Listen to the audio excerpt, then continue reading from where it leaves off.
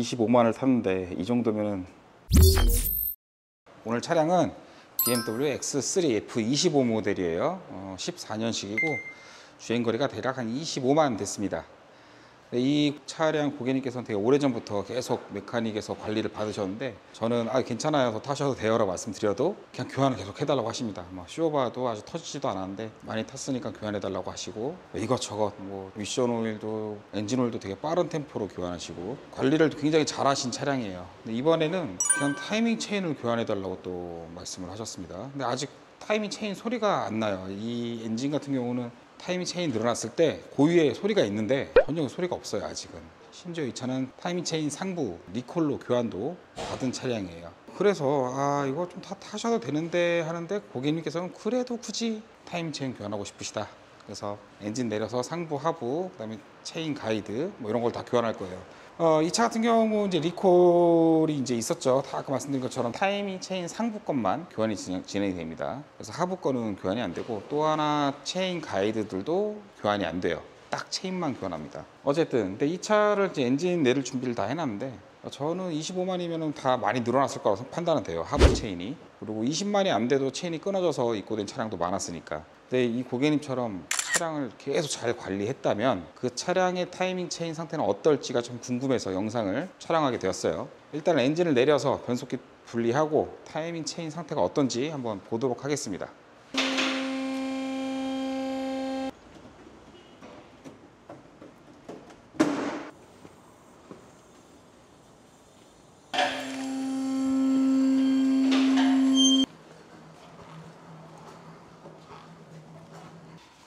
이제 차량에서 엔진이 내려왔어요. 엔진이 내려왔고 작업을 하면서 타이밍 체인 외에 다른 부분 특이사항이 있는 것들이 있으면 함께 진행 예정이에요. 고객님께서 내린 김에 교환할 수 있는 거 싹 다 갈아달라고. 그런데 교환할 거 딱히 없을 것 같긴 해요. 이미 다 이것저것 다 하셔가지고.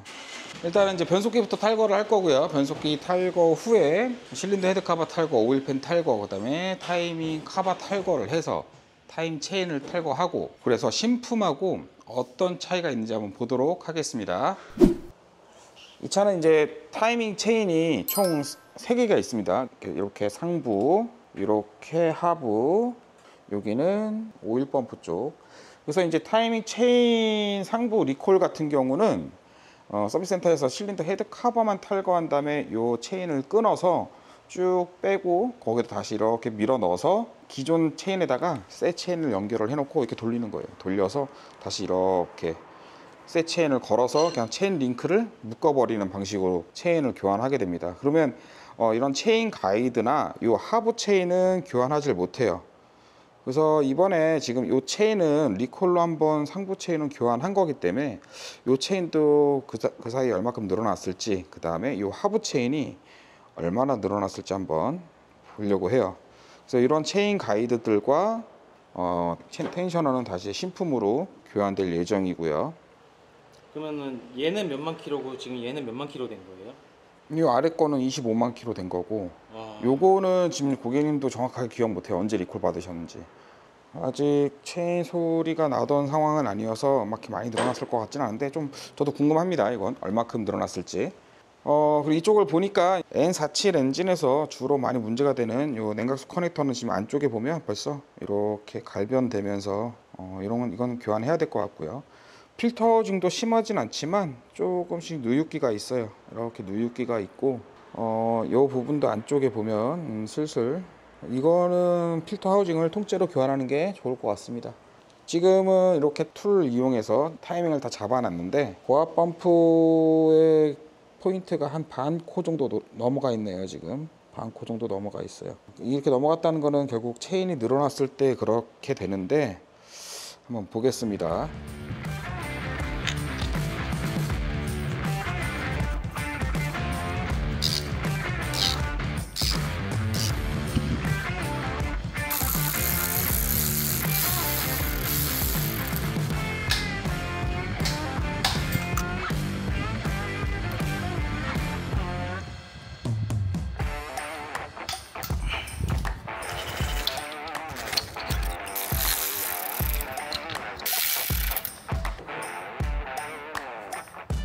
상부 체인입니다. 부분은 얼마큼 늘어나는지 한번 비교를 해볼게요. 신품과 구품.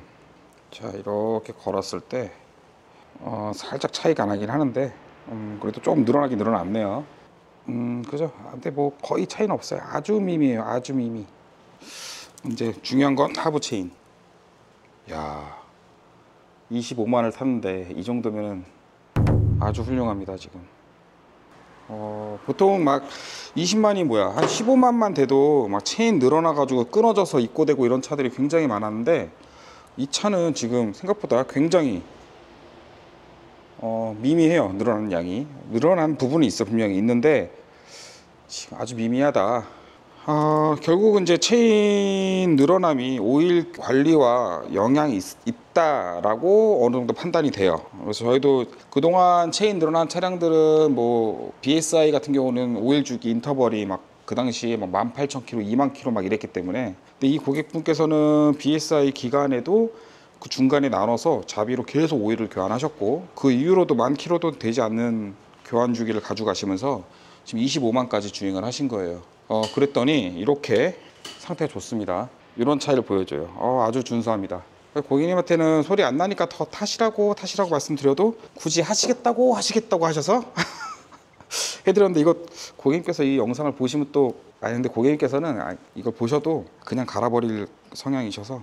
운전자의 운전 성향에 따라서 체인의 길이가 차이가 있나요? 그럴 수도 있어요. 왜냐면 아무래도 엔진의 동력을 빠르게 확 늘렸다가 줄였다가 이런 것들도 분명히 체인에 부하가 생길 거예요. 그러니까 정속 주행이 많고 운전을 좀 부드럽게 하시는 분들과 막 급가속 많이 하고 이런 분들하고는 분명히 차이는 있을 거예요. 근데 이분께서 이제 차로 주로 이제 업무도 보시고 하시다 보니까 차 관리에 엄청 신경을 쓰신 편인 거죠. 그랬더니 이렇게 좋은 결과를 나타냈죠. 체인 작업을 하면 기본 200만 원 이상은 훌쩍 나와요. 계산을 해보시면 되겠네요. 엔진오일을 10만 기준으로 10번, 20만 기준이면은 한 10번 더 교환했다고 치고, 뭐 비용은 비슷하겠는데 그냥 오일 교환으로. 게다가 지금 엔진 내린 김에 뭐 아까 보였던 필터 하우징 누유 이런 부분은 뭐 공임이 거의 추가되지 않아요. 뭐 거기에 여기 이제 트랜스퍼 케이스 누유도 이미 변속기가 내려왔기 때문에 함께 진행 예정이고요. 변속기의 오일 펌프 쪽도 지금 누유가 진행되고 있어요. 이렇게 누유가 진행되고 있어서 이 부분도 같이 진행 예정입니다. 이렇게 체인 가이드들도 전부 다 교환이 들어갈 건데요. 이렇게 좀 모양이 조금씩 다른 거는 이제 개선형과 개선형 아닌 것과 이런 차이고요. 체인 가이드도 이렇게 보면은 마모된 흔적들이 있어요. 깨지거나 한 부분은 다행히 없고 살짝 마모만, 어쨌든 다 교환 들어갈 거고요. 트랜스퍼 케이스는 분해를 해서 지금 고객님께서는 하는 김에 다 하고 싶다, 그래서 TC까지도 분해해서 클러치 팩하고 리테이너 세트 다 교환하고, 변속기도 지금 오일 펌프에서 누유되는 부분 함께 다 누유 처리할 예정이고, 미션 오일까지 교환 이렇게 요청을 하셨습니다. 생각보다 견적이 좀 많이 추가돼요. 이렇게 이제 체인 문의 전화가 많이 오세요. 체인 교환 얼마예요? 라고 하시면 말씀드리기가 힘든 게 이렇게 여러 가지가 추가가 될 수 있어요. 예를 들면 뭐 지금 추가가 되고 있는 거 필터 하우징, 이런 TC, 뭐 변속기, 오일 누유 이런 것들은 차를 보지도 않고 유선상 안내를 해드린 거기 때문에, 그래서 저희가 웬만하면 유선상 견적은 잘 드리지는 않고 저희 카카오 채널을 통해서 남겨놓으면 저희가 어떻게 말씀을 드리고 어떻게 응대를 해드렸는지, 대략 체인만 교환하시면 200만 원 중반 이상은 나온다, 이렇게 예상하시면 돼요.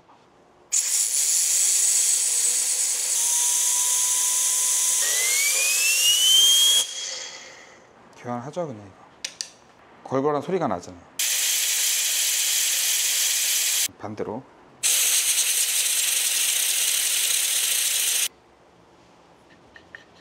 얘는 이제 원웨이 풀리니까 이렇게 원웨이 풀린 정상, 워터펌프 유격도 괜찮고, 진동 댐퍼 크랙 없고, EGR도 다 지금 개선형으로 이미 리콜을 받으신 상태예요. 이거 벨트 상태만 보고 벨트 텐셔너는 교환하는 게 좋겠네요. 요거 추가해 주시고,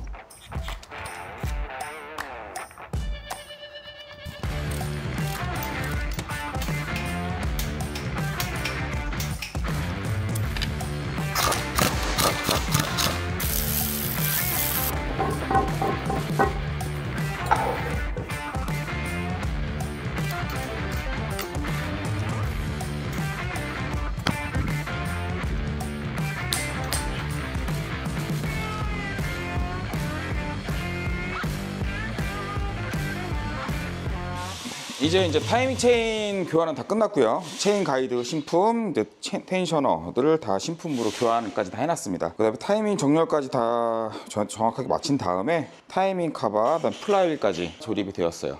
이 다음에는 이쪽 이제 필터 하우징 영역에 누유가 좀 있었던 부분이 있었는데 이 필터 하우징 쪽 조립을 진행할 거고, 그 다음에 이제 변속기 오일 펌프 쪽하고 트랜스퍼 케이스 누유 수리. 근데 이제 누유만 수리를 진행하려고 했더니 고객님께서는 또 이제 클러치 팩까지 어차피 뜯는 김에 싹 다 그냥 교환해 달라고 하셔서 이렇게 진행을 하게 됐습니다.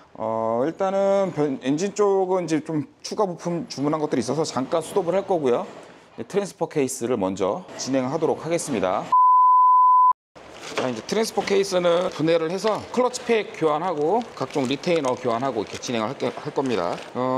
디스크, 신품 디스크는 이미 오일에 좀 적셔 놨고요. 탈거된 디스크는 이렇게 10장.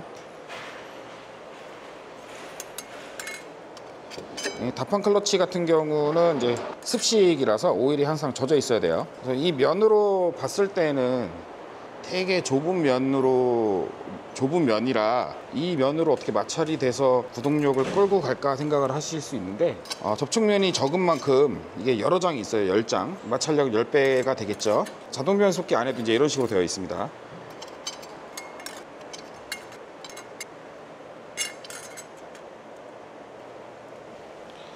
이렇게 이 부분은 이제 압력판이고요. 압력판에 스프링은 이제 새 걸로 장착해 줍니다.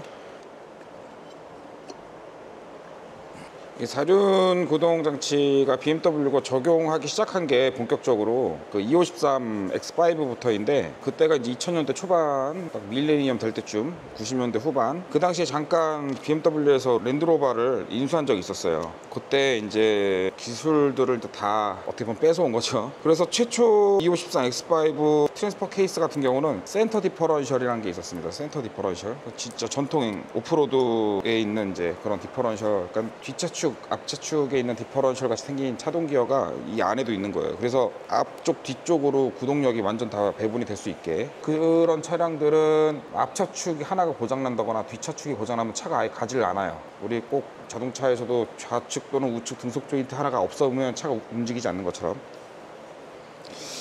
트랜스퍼 케이스 안에도 지금 25만을 주행한 차량 치고는 안쪽이 굉장히 깨끗해요. 이 차는 이제 TC 같은 경우도 주기적으로 오일도 자주 교환하고 했던 관리가 잘 된 차량이라 차이가 있네요. 압력판도 가혹하게 주행을 하게 되면 이 압력판도 마모가 될 수 있어요. 근데 얘는 지금 상태는 양호합니다. 얘네들은 이제 주로 하는 역할들은 오일을 원활하게 공급하기 위해서 이렇게 플라스틱으로 가이드가 있어요. 그래서 지금 이거 같은 경우도 이렇게 만지면 이렇게 부러지거든요. 이렇게 부러져 버리면 오일 공급이 또 제대로 안 되죠. 여기도 이렇게 실이 들어가고 정확하게 밀착돼서 오일을 공급해 주는 역할을 하고, 신품 스프링으로 이렇게 장착을 할 건데, 이것도 뭐냐면 결국은 다판 클러치 리턴할 때 사용을 하는 거예요. 그래서 장력이 너무 떨어지게 되면 계속 슬립을 일으킬 수 있습니다.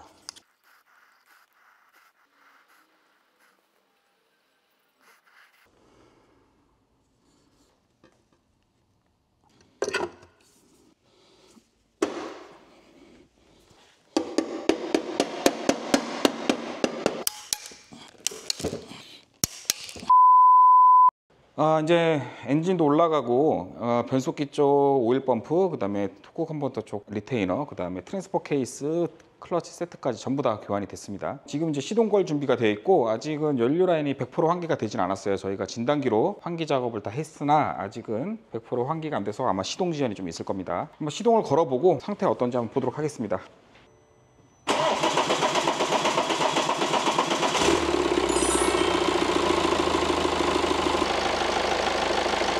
좋네요.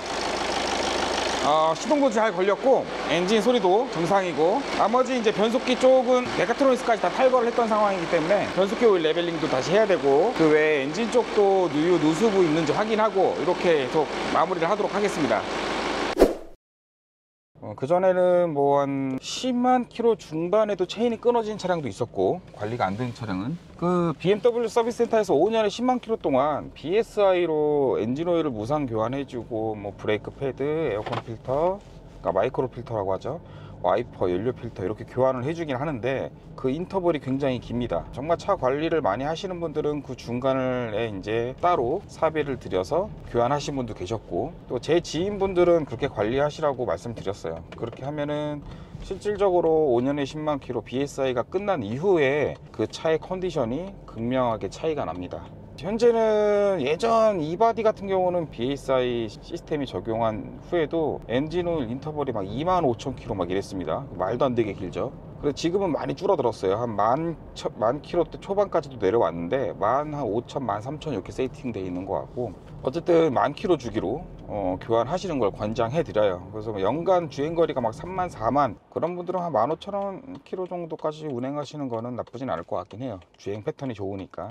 또 어떤 분들은 막 5,000km마다 교환하신 분들도 계신데 굳이 그렇게까지 교환하실 필요는 없는데, 그럼에도 불구하고 교환하고 싶으시다고 하면 저는 감사합니다. 차 컨디션은 굉장히 좋아요. 엔진 진동도 없고 엔진 소리도 그렇고, 어쨌든 이번 작업을 통해서 엔진 오일 관리가 굉장히 중요하구나 한 번 더 저도 느끼게 됐고요. 예전에 제가 서비스 센터에 있을 때 타이밍 체인 이슈가 돼서 계속 끊어지는 문제가 발생했을 때 BMW 기술재료 본문에 그런 내용이 있었습니다. 그 타이밍 체인이 끊어지는 원인 중에 하나가 DPF를 재생하면서 발생되는 엔진 오일로 유입되는 경유가 체인이 늘어나다가 끊어지게 되는 요인 중에 하나다라는 내용이 있었는데, 결국 뭐 비슷한 내용일 것 같아요. 엔진 오일 관리를 잘 해주고 주행 패턴이 좋다면은 DPF도 컨디션이 좋을 거고, 엔진 컨트롤 유닛에서 쓸데없이 계속 DPF를 재생하려고 요구를 하진 않을 거고, 다 그런 내용일 것 같아요. 정말 중고차를 만약에 구매한다고 했을 때 이런 차를 구매해야 되는데요. 이렇게 관리가 잘 된 차량, 주행거리가 많더라도 유지하시는데 정신적인 스트레스도 안 받으시고 할 거예요. 이렇게 해서 F25X3 2.0 디젤 모델의 타이밍 체인 교환 영상은 마무리하도록 하겠습니다. 구독과 좋아요는 영상 제작에 많은 도움이 됩니다. 꼭 부탁드릴게요.